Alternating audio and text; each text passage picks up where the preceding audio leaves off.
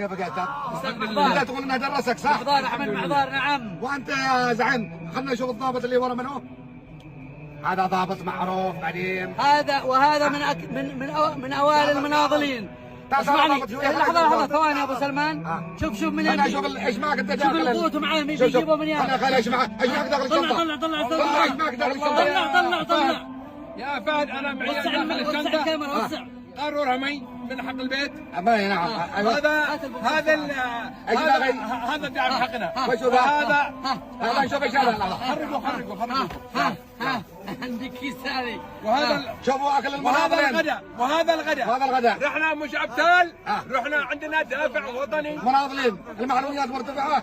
ومعنويتنا مرتفعه واقل ما نقدمه لهذا الوطن راح نناضل بحقنا من جيوبنا. هذا الفدرة والله اللي بيت. هذه نسميها رحنا فدرة انت تسميها. بغصة الضغط كيف؟ انت اخبارك كيف يا معنويات مرتفعه.